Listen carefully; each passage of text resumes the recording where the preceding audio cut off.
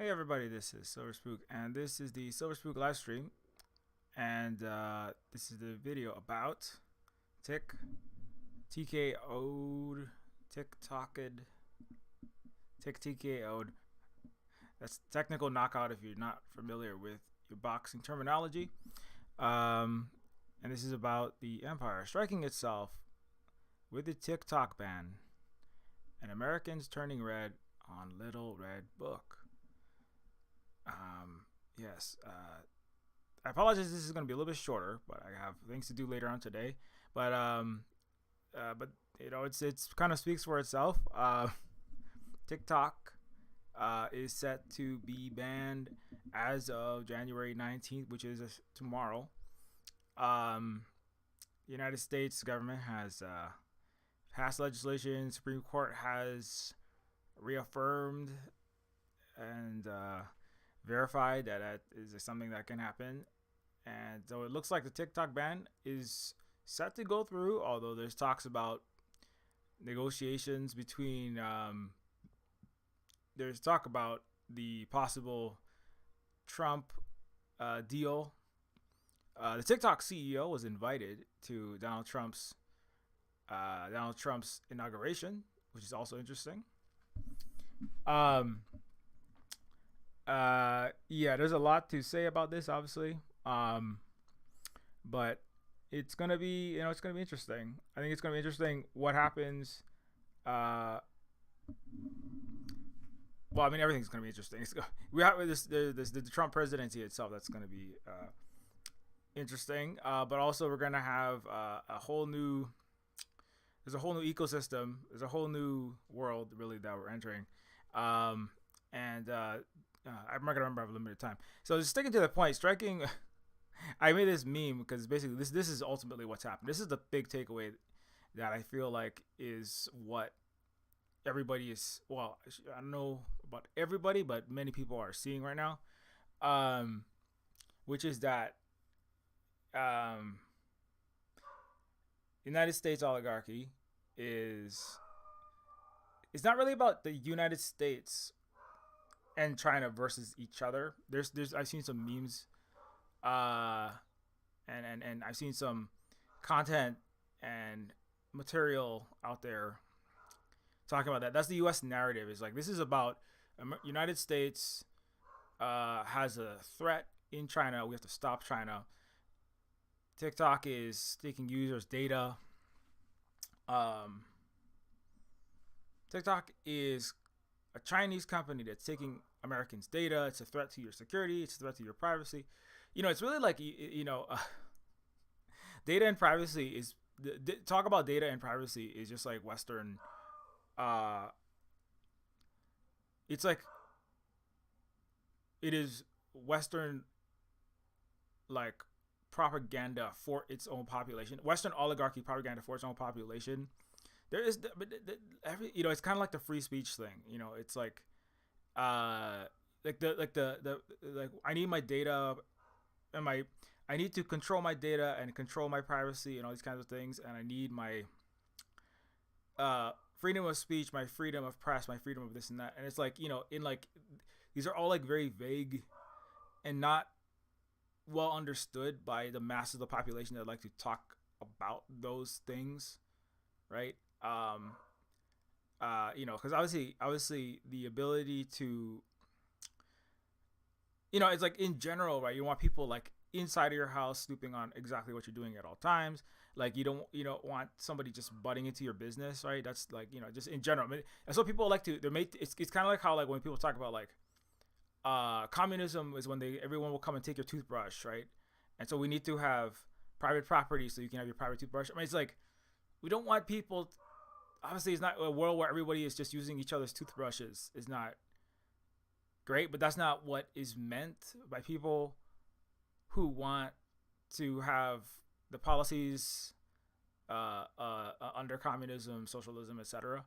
And so the privacy and data and the freedom of speech are like you can't stop me from talking. We have the freedom, First Amendment, right? The way those kinds of things are discussed, right? In the West, the way they're made to be discussed by the ruling class, the oligarchic, plutocratic imperial, colonial, capitalist, etc., ruling class of the capitalist imperial world under the oligarchy, where they're ruled by few wealthy, powerful people. The biggest power in the United States. They want people to talk about those rights or think about these quote unquote rights in a very abstract, metaphysical, not really relevant to history, not really evidence based, not empirical, not rational, just kind of just in a general sense, right? Oh yeah, freedom is good because if somebody stopped me from talking, that'll be really bad. My voice needs to be heard, right? Freedom of press. Oh yeah, people should be able to publish and say whatever they want. They should be able to write journalism and articles. That's good, right? And if you don't have that, that's bad, right? Just like just in a very vague general sense, not actually how it works in the real world historically or in the present, right? Data. Yeah, if there's data out there, somebody stole my social security number, that would be so bad. Oh my gosh, my data, wow, yeah, somebody knew like where I was at any time, or like, how much money I have in my bank account, or who I talk to. Wow, that's my data. That's so bad. Yeah, no, we gotta support X or Y or Z legislation. We gotta ban that TikTok because what if the Chinese get the data? What if they get my privacies? But it's all kind of that's that's the way that these things are discussed. That's what the TikTok ban, the narrative that they're trying to push is around that, right? Which is that the narrative that the United States oligarchy is trying to push is that it's a national security threat to allow the Chinese owned. I mean, it's not technically not. It's a Singaporean based, 60% American and Japanese investor owned, so it's technically not fully Chinese. The Chinese do have influence over the parent company ByteDance, so it's just it's not fully Chinese owned, and it's not fully non-Chinese owned. It's not in America. What they is trying to get it 100% like in the purview of U.S. and Western capitalist oligarchic power, like Facebook with Mark Zuckerberg, like Facebook and Instagram, Meta, Twitter with Elon Musk, firmly in the U.S. Western oligarchic class camp, working with the imperial interests of the empire. Speaking of striking down, and so then you have so TikTok is not fully. It's TikTok does do some amount of censorship of political content, that that whole thing is just, that is a whole complicated can of worms that I should probably have thought about what I'm going to talk about exactly. But I think some of the important points, like the first thing is just to know, before I forget to say it again, that there have been millions of people that have left. Oh, there's 170 million approximately Americans that use TikTok on a regular basis. Many of them, 7 million, get income through TikTok. They have small businesses. They make money selling products or producing content. In some way, they get revenue streams from TikTok. That's huge. And then you have all these people that have got so much information, especially very important topics that are damaging to empire. The most important things in the world that are happening, it has been less censored on TikTok than on Facebook, Instagram. Especially the right? The great human rights violation of the last 16 months, right? That is TikTok was where the information could be gotten, and it wasn't. It was really censored on Facebook and Twitter. That's an important thing to take. That when I said like there's an irrational, not empirical, in a Marxist sense, not dialectical, like not accurate way of thinking about these things in the West, and that includes censorship. What is the freedom of speech? What is freedom of speech, freedom of press, freedom of this, freedom of express, freedom of speech, What is privacy? Even all those kinds of things are like not realistically thought about, right? The reality is in any space, big, small, as a country, in a household, in a business, in a McDonald's, in a public park, um, in a gathering, even in a left, a protest, even in a community organization, there are always some amount of rules and things you can and can't do. Like every space has rules, right? What the rules are, why they are there, right? What can you say, what you cannot say, what you can do, what you cannot do, right? Those are fluid, right? And those have to be worked out and discussed in a very complicated way with the people in that group, whether that's a whole country, right? Whether that's the United States as a whole, China as a whole, um, a small business, right? Like, and these are not easily, instantly obvious things. Like, oh, well, we just all be able to say whatever we want whenever. No, right? If you allow, I mean, the obvious one is if you allow intolerance, like in the like before World War II in particular, if you allow intolerance and fascism to speech to flourish, then you will have if you tolerate intolerance, then you will have a totally intolerant society eventually. And then we will have to take extreme measures, including mass death and war, mass unaliving and mass violence to even try to stop it. So like every space has some kind of censorship. I mean, like, yeah, even an anarchist organization, if it's even like the most free of speech of any kind, it's not going to last very long. If you don't kick out, especially the intolerant types, then that's even understood, right? But that doesn't want many. A lot of times, like certain people of certain mindsets don't want to admit that because it sounds bad to go, oh, I'm not an authoritarian, I won't censor anybody. But it's like, no, you have to do that, or you won't have right this kind of absolute freedom to do X and Y and Z, absolute freedom from moderation. People will call Holly, is my partner and also moderates, they call Holly the authoritarian, oppressive, censorious mod, right? Because Holly will ban and stop people from talking if they break too many rules, right? And then like instantly, but it's like, please follow our rules that we set, right? But it's like, but if you don't have, what they'll do is they'll talk about OPSEC and they'll talk about making making the space safe. That's like Western left terminology. That's like a common term, right? But when you have to make a space safe, you have to do authoritarian censorship, right? Like the question is not like whether there will be not whether there will be rules about what can be said and what can't be said, and what can be done and what can't be done in a space. The question is, what are the rules, right? And in the U.S., I mean, just so coming back to this, right? This is what the U.S. is saying. The rule is you can say whatever you want. In fact, you can say the most right-wing stuff, right?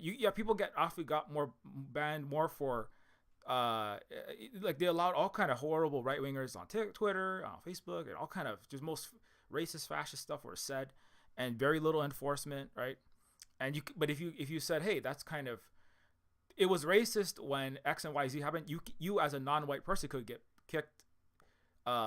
Your account could get suspended, right, for upsetting people who are being extremely actually racist, right? So the rule is, yeah, you can say whatever you want as long as it benefits oligarchy, as long as it benefits the richest, most powerful capitalist, imperialist people in this earth, right? As long as it doesn't stop that whole the PALESTINE atrocity that benefits the unsinkable aircraft carrier in the Middle East, right? So that's the rule. You say whatever you want. In fact, if you criticize that's anti-Semitism, right? So but it's the rules that the U.S. wants to set, the U.S. oligarchies and imperialists want to set that work through the United States government, is say anything that benefits us, basically. If anything that benefits the billionaire corporate class, the rich and from around the world that come to the United States to get the neoliberal, liberal neocon will done, you can say any of that. If you say anything that goes against what benefits us, and it's chaotic, right? Because not all the, as I talked about before, not all billionaires are exactly aligned. Some are more invested. Like Elon has a bit more invested actually in China. Some are more all invested in war. Some are like some are invested in some green tech, but then and some are more invested in oil. So what speech? I mean, the lobbyists is where they choose exactly how much of what speech, right, will be pushed and what won't be on what platform at what time. But it's definitely anything that supports communism, socialism, anti-capitalism, gets in the way of imperial warfare, proxy wars, plunder, neocolonialism, right, resource theft from Africa, Asia, Latin America. Anything that gets in the way of that cannot be allowed, right? That's why Africa Stream, right? The Biden administration and Tony Blinken went after Africa Stream because they're trying to their voice, authentic voice, that's about stopping the plunder of Africa and African people, speaking through that. So that speech was not acceptable, right? Because that is Africa is one of the is trillions and trillions of dollars of resources that the U.S., Europe, and et cetera, would like to continue to plunder. So that speech is not acceptable, right? And that's why they went after them, and not just them. They're always going after anybody that's speaking the truth about those kinds of things, including journalists in the West, trying to talk about that or trying to talk about what is actually happening in any real way that impacts the bottom line for the capitalist oligarchy in the run from the United States. Not necessarily American citizens, right? That's why I made this meme. Is like, I made this meme this morning. Oligarchy, U.S. oligarchy versus people in the U.S. on TikTok. Some people in the U.S. did like, I don't even identify as American anymore, right? That's right. I'm saying people that are like technically in what calls itself the 50 so-called states of the U.S. Right?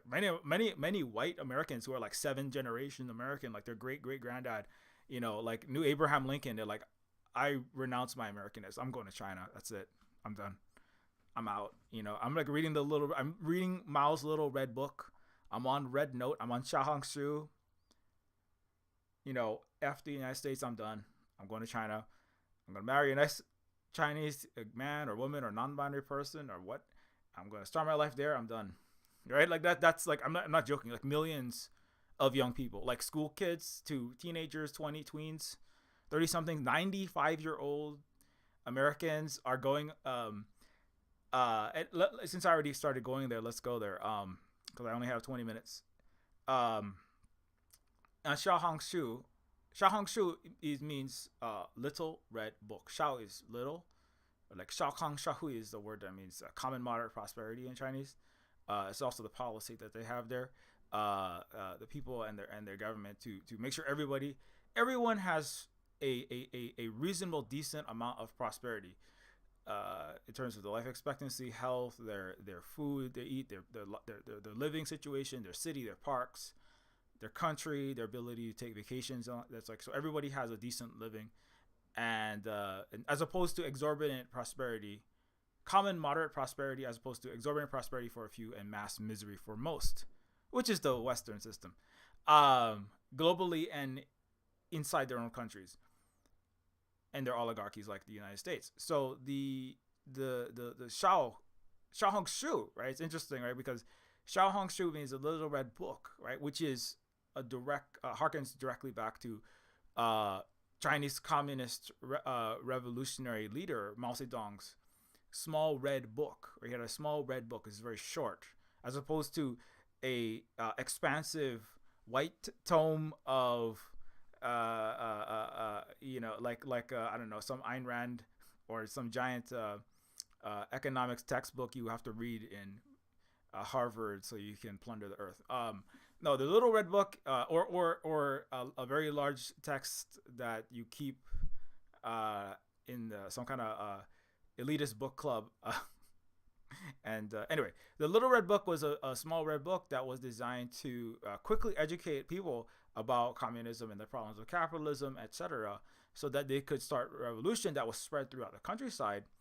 China was the 5th poorest country. It was almost the poorest country in the world. It was more destitute, more impoverished than almost every African country, even in the mid 20th century. And the red books was spread around. to lead the people to coming together to make a massive revolution, a change. It took time, a long time, not instantly, but to quickly get educated. This is what the system we're in. This is the problems that we need to change. And so the Little Red Book is very important. Everybody knows about that in China. They're all educated on this history. They have a Marxist-Leninist history. They understand Mao and his thought, and all the other leaders, and not just Chinese as well. Marxist-Leninism. Anyway, so the Little Red Book, though, right, is Xiaohongshu is a social media platform as well that was started. It is a competitor to TikTok, right, and also it's fully Chinese owned, or it's the Communist Party of China, and the government of China does actually control Red Book directly, and it's a majority of its users were actually inside of China. So it's where TikTok is Singaporean based. Not both TikTok and Red Book, they do have large elements of non-Western control, non-US control, right? If the US really did control TikTok, they wouldn't be trying to ban it. The US oligarchy did control it, they wouldn't be trying to ban it. And so but Xiaohongshu has even more, right? It's even more solidly under the Communist Party of China. Like actually, it goes in. It's based inside China. They have a posse. You can actually see there's like a several dozen Chinese Communist Party members that are like, hi, we are the Red Note. It's sometimes called Red Note. I think it's called Red Note because I feel like Little Red Book, or calling it Red Book, could be a little bit scary to some Westerners, or to certain people. They might not, that's what I feel. I'm not sure. That's just my speculation. Because it translates to Little Red Book. Some people say, oh, it's not about the Little Red Book. I think that's people that this is because of a lot of the history of anti-communism, Cold War, McCarthy era. It's a global struggle, right? So, but if you call it Red Note, then some people who are like might be a little bit anxious about downloading the Little Red Book and being accused of being an enemy of the United States. Have you ever been a member of the Communist Party, right? So people don't want an app called Mao Zedong's revolutionary writings inside their phone. But if you call it Red Note, right? No, I mean not inside China. They're like, yeah, obviously it's Mao.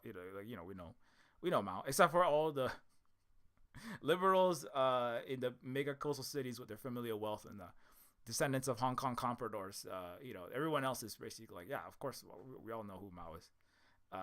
It's our grandpa. But anyways, so the Little Red Book or Red Note is an app that you can download into your phone. Americans can get. This is a difference. This is interesting, right? Because actually TikTok has a Douyin. Douyin is inside of China. It's only inside of China, as far as I understand, accessible app. TikTok actually came after Douyin. It was initially called Douyin, and TikTok was the non-Chinese U.S. and other country counterpart that's separate from Douyin. Right? You can't access Douyin from TikTok, and you can't access TikTok from Douyin. And that's just the way that it was set up, right? A Red Note had 300 million. Like TikTok has billions of users. Red Note had 300 million users, and most of them were all inside China. Another thing is Red Note is a little bit similar. You can look up a lot of this, but in case you didn't hear it, it's similar to Pinterest crossed with Instagram crossed with Reddit. That's one description I've heard from B Rose, who is she's a American woman who migrated and now lives in China. She's married to a Chinese man and living an amazing life there with food and groceries and no want and super amazing Star Trek like Chinese electric vehicles.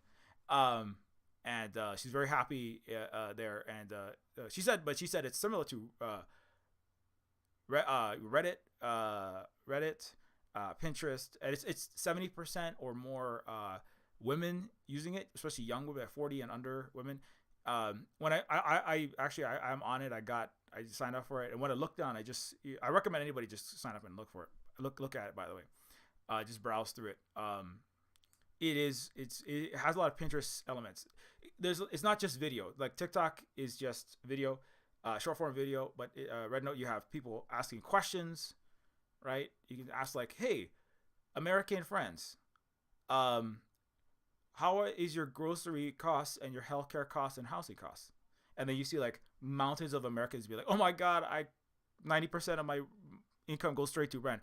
I can't afford to buy fresh food. My grocery is like, you know, 1/4 of the size of what I need to eat." And then the Chinese just like, "Oh my God, that's horrible," right? That's what millions of people have just been exchanging stories in text, video. Americans are watching Chinese go on shopping trips and they're like buying. It's stuff that I talk about fairly frequently on my channels actually. Is like, you know, debunking a lot of this imperial oligarchic propaganda, particularly when it comes to China and other countries, but in particular China. And so Americans are discovering it's the stuff that I talk about, and it's great because then it means I don't have to do as much. I don't have to have a small trickle of information in my small little channels and presence that I have about, hey, you know, actually everything is not what you think. You've been lied to about China, right? Because China's number one enemy number one of imperial oligarchic neo-colonial United States, and they want to try to resubjugate it in capitalist United States. In part because everybody does have like a little red book education, and not the little red book, and they also have an extensive education. They're actually far more educated, right? In China than the United States. They have more honor students than the US has students. Like it's just facts, you know. And the economics is part of that. The educations in China, it's like $600 is the average college education. It's $30,000 in the United States. Is it like everything else, right? It's unaffordable, and so everyone is discovering this rapidly. Right? The Chinese are discovering that actually, some Chinese actually, especially the ones that are a little bit more well-to-do, or they have their own internal contradictions, but like the ones who are like more like liberal coastal Shanghainese, that like, oh, I don't know about the Communist Party of our government, Chinese Communist Party, or our Communist Party of China government is telling us that Americans can't afford groceries. That can't be true. That's just some communist lies. Americans have to pay for their own ambulances. Oh, that can't be true. That's not possible. And then, you know, most Chinese, a lot of Chinese understand that, but the ones that doubt it, they're like, Americans are coming and going, no, we have to pay for ambulances. We have to pay thousands of dollars for our ambulances. There was a Hawaiian that just had to go to the hospital. Like he consumed something that had peanuts, and he had peanut allergies, and he didn't realize what was in it, and he consumed too much of these peanuts.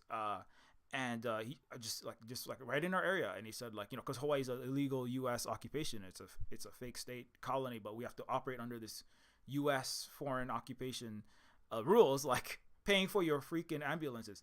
So he couldn't afford an ambulance, so he was like almost about to pass out, trying to drive himself, like going unconscious, like having major peanut allergy reactions, right? Going into anaphylactic shock. Had to, like, you know, probably had to pull over on the side of the road, right? But he couldn't afford to call the ambulance, right? He could have just died, right? Not calling the ambulance, waiting, delaying, or, you know, possibly, you know, God forbid, getting into a car crash or something. But he had to drive himself to the hospital. The hospital gave him like a couple like anti-allergen pills, and he, like, you know, and it was $1,000. He didn't even get an ambulance. It's $1,000. But, you know, everybody has these horror stories, right? Those are not normal. The Chinese are like appalled, like just like they couldn't even believe it. I mean, this is one of the most important events. It's a historical event because people from a dying dystopian capitalist hellhole, a superpower that is filled of mass misery and suffering and injustice and poverty, is having its population meet you know, a advanced socialist civilization that is full of happy people that are very have the opposite, right? Everybody can afford food. Everybody has food. There's like, nobody's starving. Nobody is running out of. Nobody is homeless there. 93% of Chinese own their own homes. They don't pay any property taxes. Homes cannot be taken. In fact, people don't have homes are the government mandates that they're provided homes.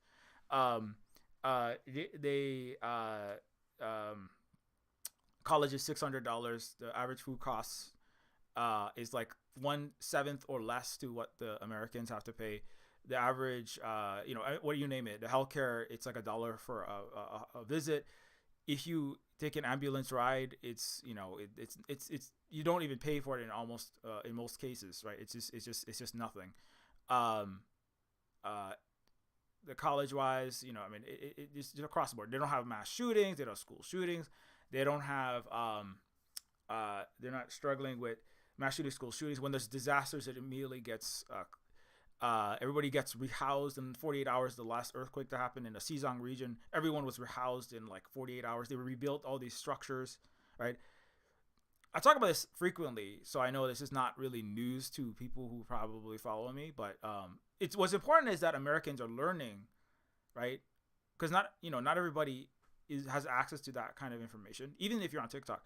But suddenly Americans, just millions of average Americans, 90-year-olds, 50-year-olds, 15-year-olds, 25-year-olds, all across the spectrum are going to seeing firsthand, like reading video after video after video of Chinese grocery hauls, just watching them fill up a giant shopping cart with vegetables, tomatoes, steak, soy milk, whatever they want, and they're not even thinking about the cost. And these are just like regular waitresses, just regular Chinese, office worker, a Chinese restaurant worker, single mom, just filling her cart with groceries, not even thinking about a cost, because it's even for like the middle or even like lower classes in China, they're not worried about food.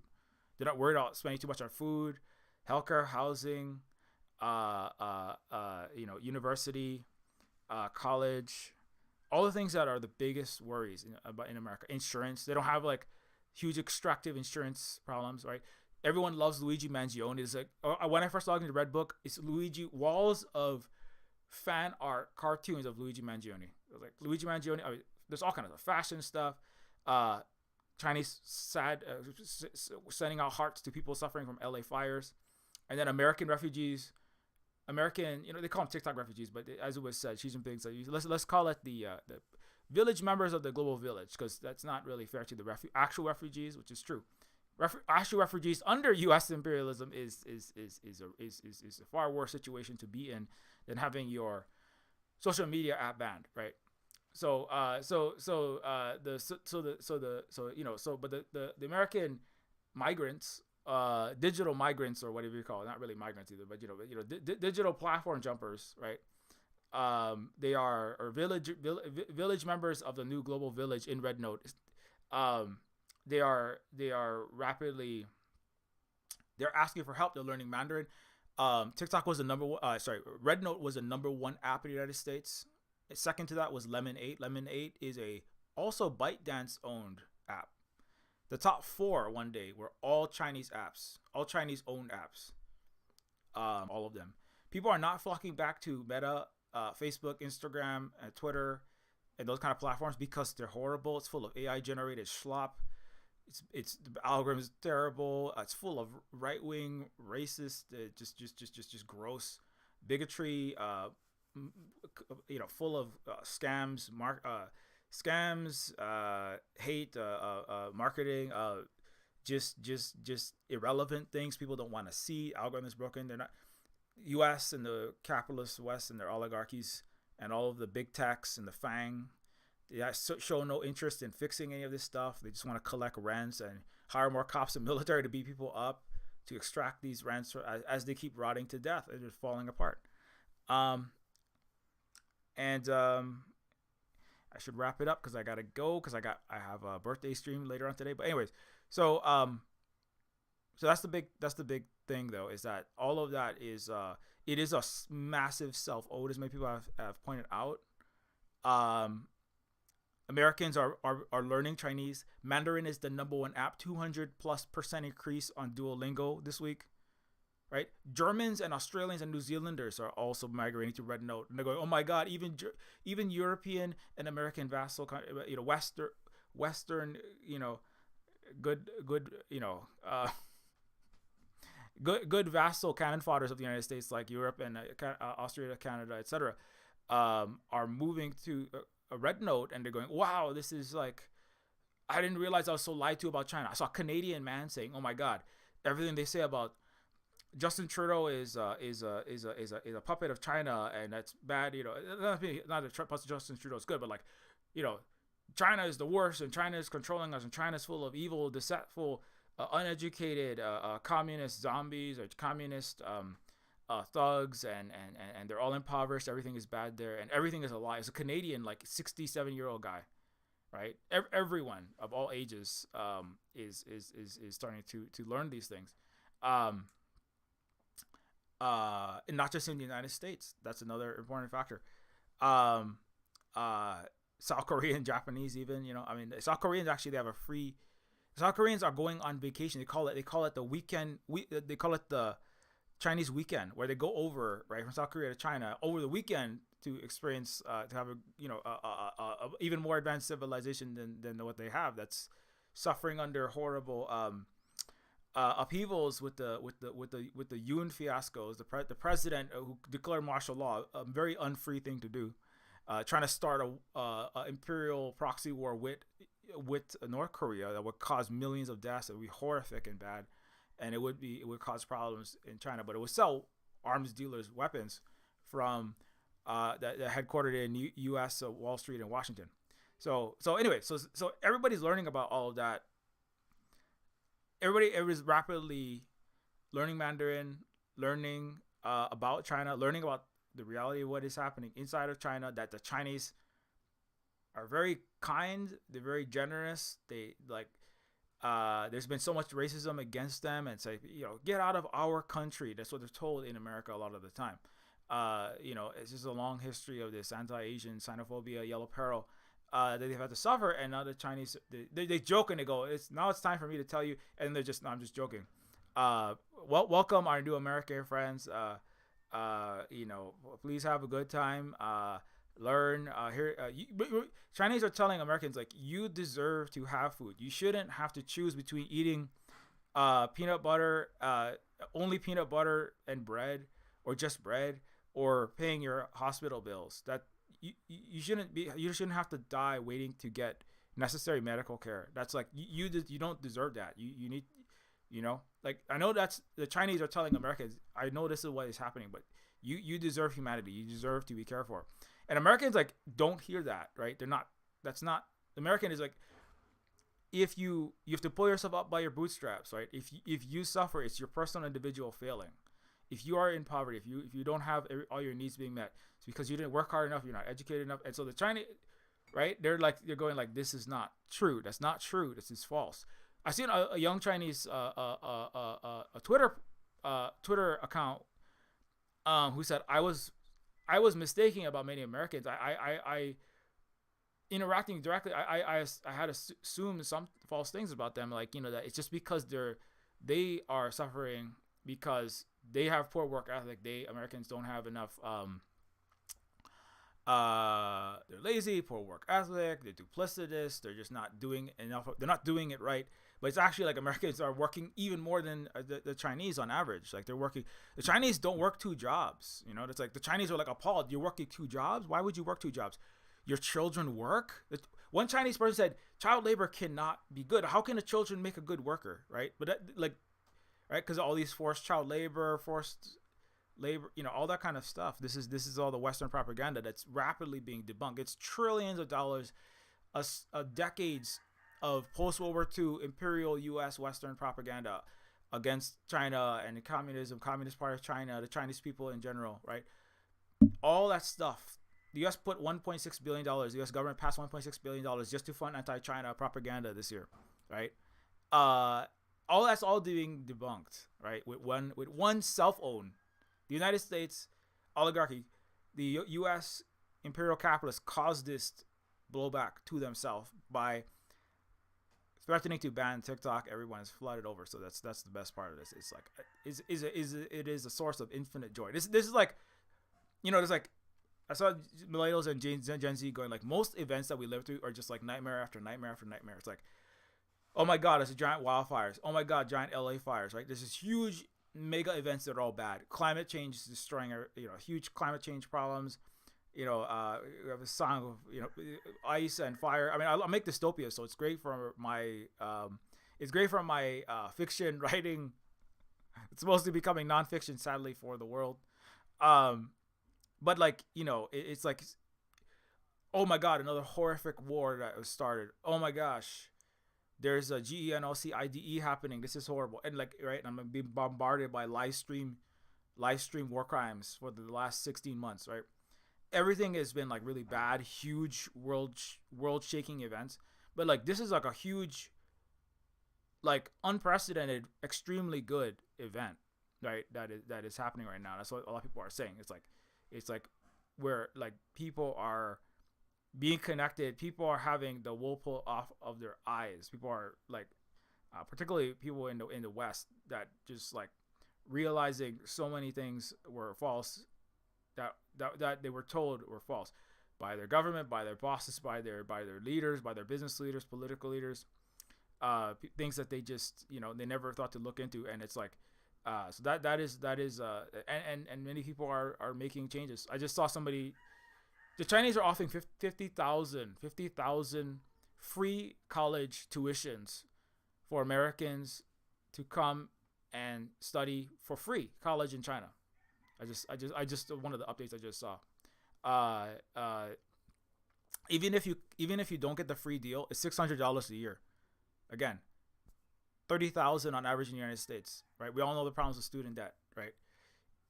And if you go to college in the United States, you're gonna be working for a university that's a hedge fund masquerading as a place of learning. All that money is invested in military-industrial complex, all kind of huge corporations, giant Wall Street shenanigans, mega financial funds take all this student debt and use it to repackage and increase their own profits in a Ponzi college debt schemes.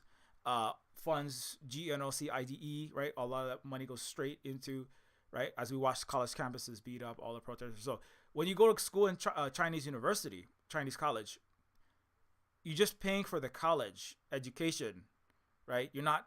You're not complicit through your college education in funding GENOCIDE and war crimes, right? And also inflating huge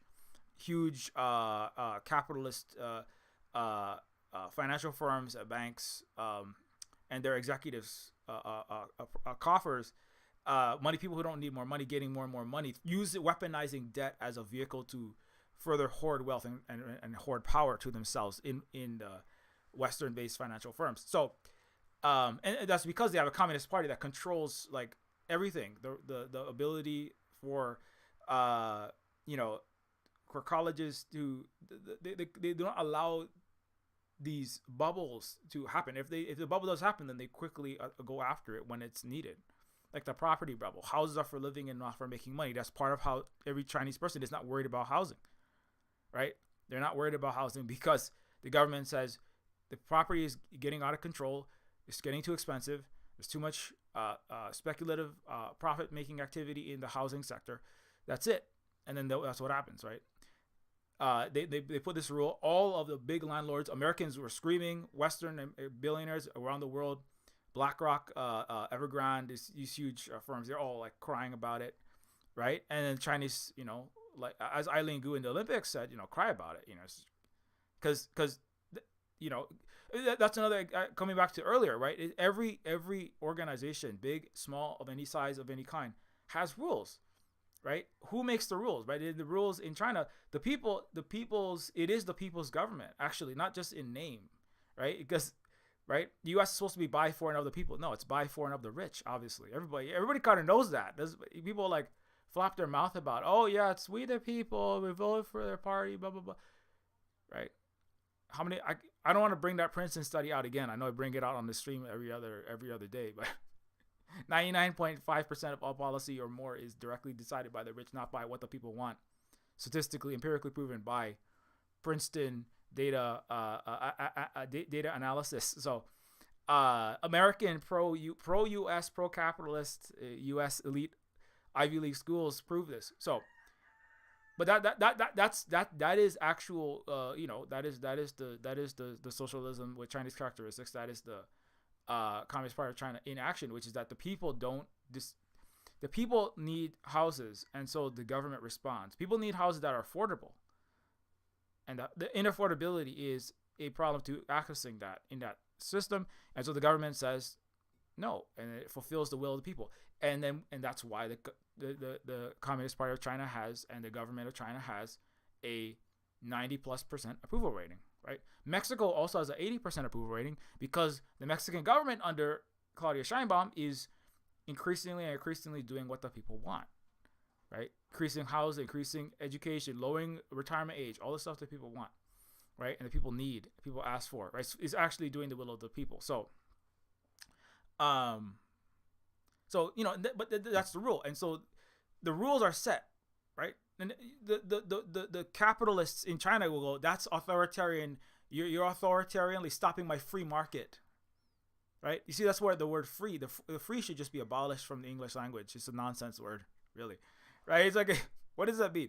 It's like the freedom, but the West likes to talk about freedoms, but it hides the fact that there is no such thing as absolute freedom of market, of price, of speech, of data, or anything else, right? It's all within the relational, complex, interwoven ecosystem and societies and civilizations and interaction between civilizations in which people exist. Nobody is completely free, to do whatever they want. It's only in an abstract,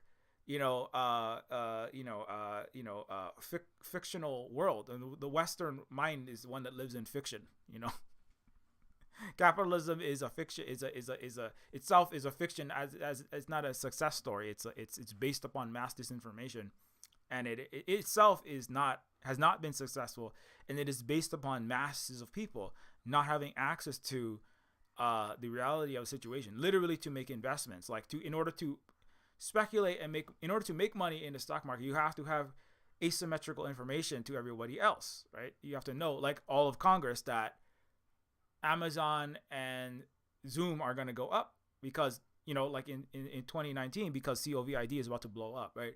So anyway, I should stop spiraling into various directions and wrap this up. So long story short, and people are going to say, well, you're going to go on the Chinese app, it's even more censored. You can't even say X and Y and Z. Yeah, no, but it's like, yeah, no, like you can't, Mike Gatz, a lot of right wingers, Ben Shapiro went over there and started, if you start sharing false things, they're very strict. They are very strict, right? If you share non-scientifically proven, or you don't have some kind of study to back up a nutritional supplement, history, right?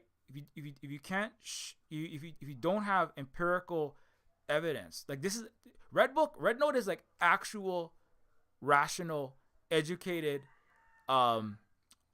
critical thinking. Like if you don't actually back up what you say, your post will be removed, your account can be banned. So if you just get on Red Note and you just start saying, oh, all these refugees are coming in our country, blah, blah, blah, and just not based on anything real, that just gets taken down. Ben Shapiro, Matt Gaetz, he went on, Nick Fuentes, right? The writers, they go on there, right? Once you start saying wrong stuff, or even they know everything that you said, right? And mostly what you put out there is like false stuff that supports intolerance and fascist and racist and all kind of gross things. You're just gone, right? I mean, that's how we run we run a lot of our streams. Like, you're not contributing anything. What you're saying is intolerant. If we tolerate your intolerance, then we're going to have more and more intolerant society. We don't want that. You're gone. That's the rules, period. The end, right? And then they're screaming, of course, U.S. and like Taiwanese compradors, boba Asians in Shanghai, it's even South Korean and American liberal imperialist plants and fascists of all kinds are telling each other on Twitter, on Facebook, we all have to go to Red Note right now and pretend to be the Chinese and be really racist to black people on Red Note, and we have to try to get ourselves banned so that we can come back and tell everyone else Red Note is full of censorship and Chinese are all racist and they're all horrible. We have to go and pretend to be real. We have to go and pretend to be like regular Chinese people, but we're a bunch of U.S. Western paid Asians and white people or whoever. We have to go pretend to be there so we have to stop it, because if people keep going to Red Note, people will find out the truth. That's literally what's happening right now. So a lot of Chinese are going, many people are going, we have to stop that process, right? The thing is that like they actually have like real strong, sizable moderation teams. Like 1 out of 9 people in China is a member of the Communist Party. huge swaths of them, they are far more educated and far more savvy, tech savvy, internet savvy than the average Westerner, even, right? So they like the people that regulate their tech companies, the people that moderate, right? They themselves are like 25, 35-year-old expert social media designers, coders. They know what they're doing, right? And you can't just, like, in the US and the West, they're just, underpaying, an H-1B visa person or like a Kenyan digital slave to moderate a broken Gen AI algorithm or another AI algorithm that's supposed to be stopping people from saying X and Y and Z. It's just a horrible moderation in the US and Western social media companies. On China, they actually really moderate. Like, you cannot sell herbal remedies. You can't have scammy get rich quick schemes. You can't steal. You can't just put Gen AI stuff out there. You can't just put take someone else's art and put it as your own. And they really control it. Like, they actually control it. Like, people actually who have to learn how to be real critical empirical thinkers. This is why Americans and Westerners kind of handle it over there, because you're used to being able to basically just like make up any kind of nonsense and lie all the time, right? Say whatever you want that might make you seem better, no matter how true or untrue it is, right? That's like all of conservative and liberal. The liberal is like, oh, we gotta weapons of mass destruction, oh, serial chemical weapons, oh, nothing bad is happening in the Middle East, such and such has right to defend himself, right? That's all Western liberal, right? The conservative also obviously, like, we gotta stop this, they've got all of these immigrants coming in taking my this and that, we gotta stop the wokest blah blah blah blah blah DEI, right? You can't just go over there and do your absolute brain damage nonsense, brain damaging intellectual COVID that is Western discourse. You can't do that. You got to actually talk about the reality. And if you will be fact checked, and if you say the wrong thing, if you say something that is not actually supported by some kind of actual evidence, your post, your content will be taken down. If you don't like that rule, go live in some barbaristic hellscape like the US or the West. Go live in some fascist, liberal / fascist / conservatives, all the same thing with different levels of masking, called the West. Anyway.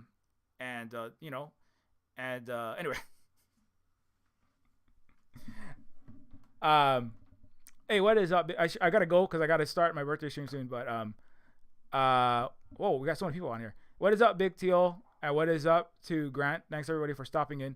If you have any other, let me just read some chat real fast before I go, because I should be more social. Any people who say there is no politics, there are lying. I found a user from Palestine there as well, and people know what's going on. It's like the new international meetup space now. Yeah, like I'm also on Red Note. I'm like Silver Spook Zhao Yi. So ni hao, wo shi Chris, wo shi Zhao Yi Ren. That's hi, I'm Chris, I am Juan. But I just started an account there, but I mostly just like browse. I didn't use a lot of TikTok myself. I just kind of browsed TikTok. I like seeing what people share on TikTok, but I don't really make a lot of content in that way.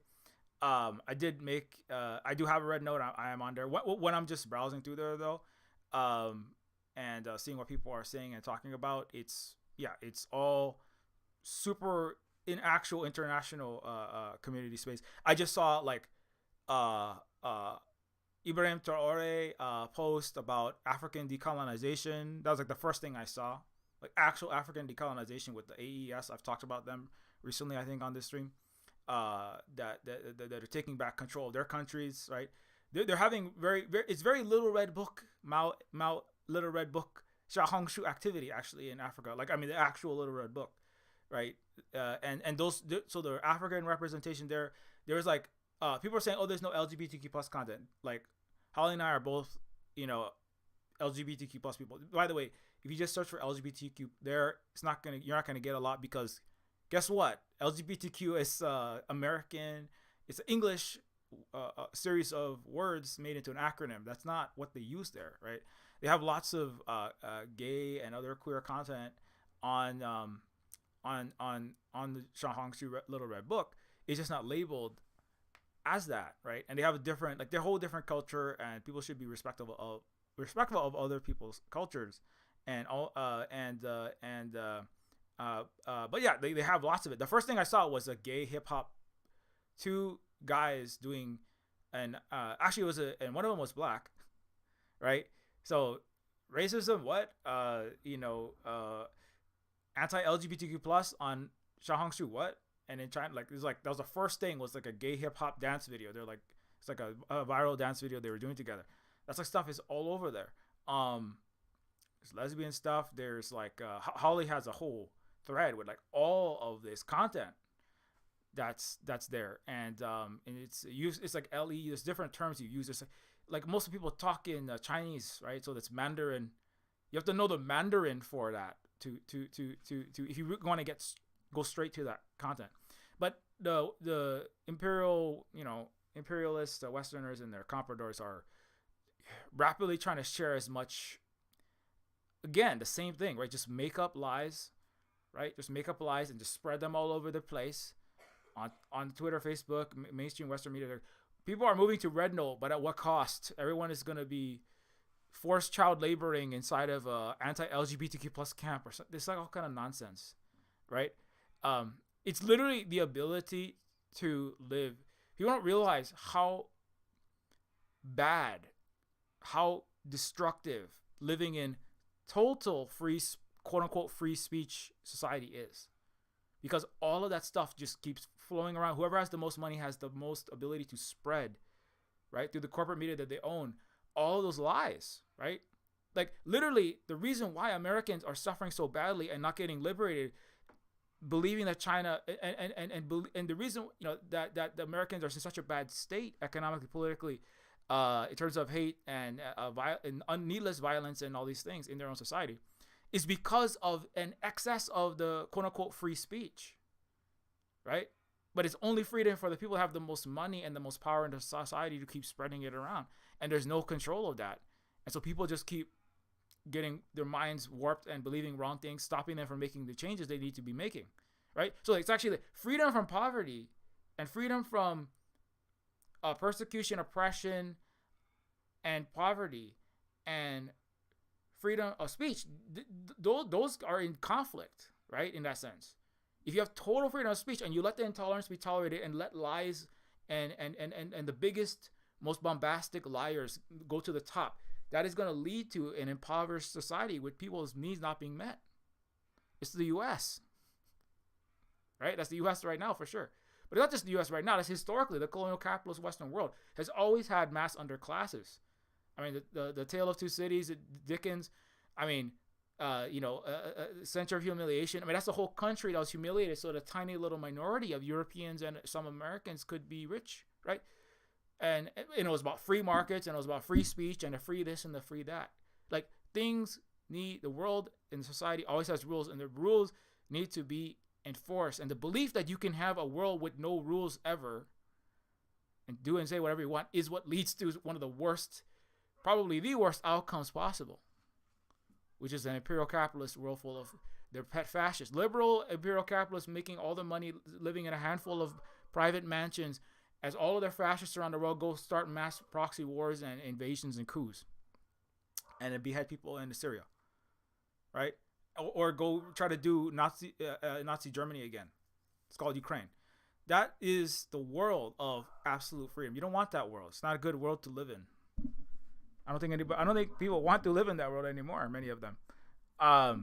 Anyways, let's just stop talking though. I gotta stop talking because I gotta go.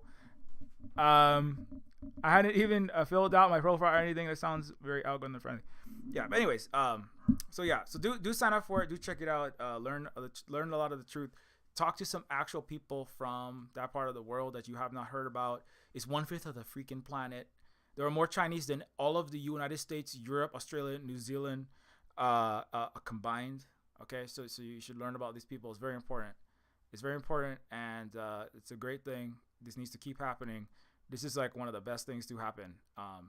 and it's really the United States looks closer and closer to no longer having oligarchy, because they will be, not able to exist anymore. Let's just put it that way.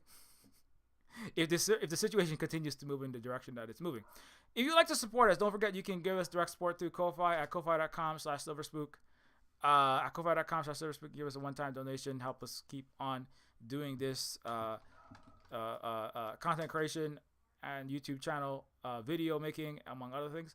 Of course, I also make on top of making streams, I also make video games like Neofeud. Neofeud 2 is a game, a sequel to Neofeud. Neofeud 1 is a game about how living in a dystopian, neo-feudalistic, which is to say a capitalist system, is really not good for all the people involved, with sentient machines and half-human animal hybrids and cyborg social workers struggling against an oligarchy but in floating palaces. So it's a science fictional game about everything I was just talking about. And also, of course, we also do land back and restoration of our land and try to build food gardens here in the U.S. occupied Hawaii as native Hawaiian family here.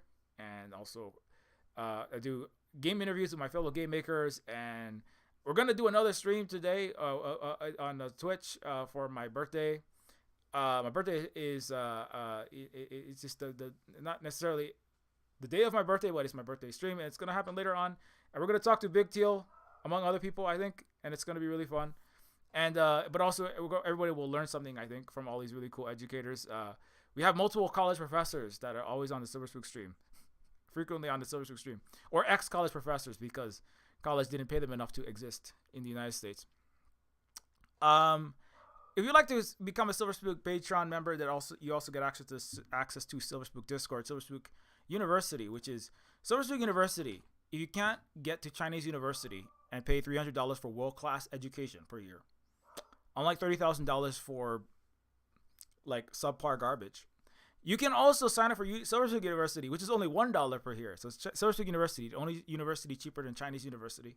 SilverSpook University is indigenous lab education that combines decolonized history, current struggles, imagined futures, cultural analysis, and this deals with the debunks the lies about past, present, and future in a variety of videos and threads and text and other ways that we have produced content, and it categorizes all those things for you according to the topics.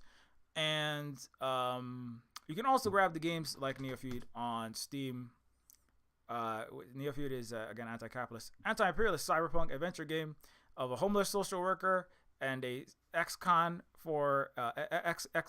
robot and a ex-trillionaire princess try to overthrow a system that is destroying the world, very much like the one that's destroying the United States and much of the world.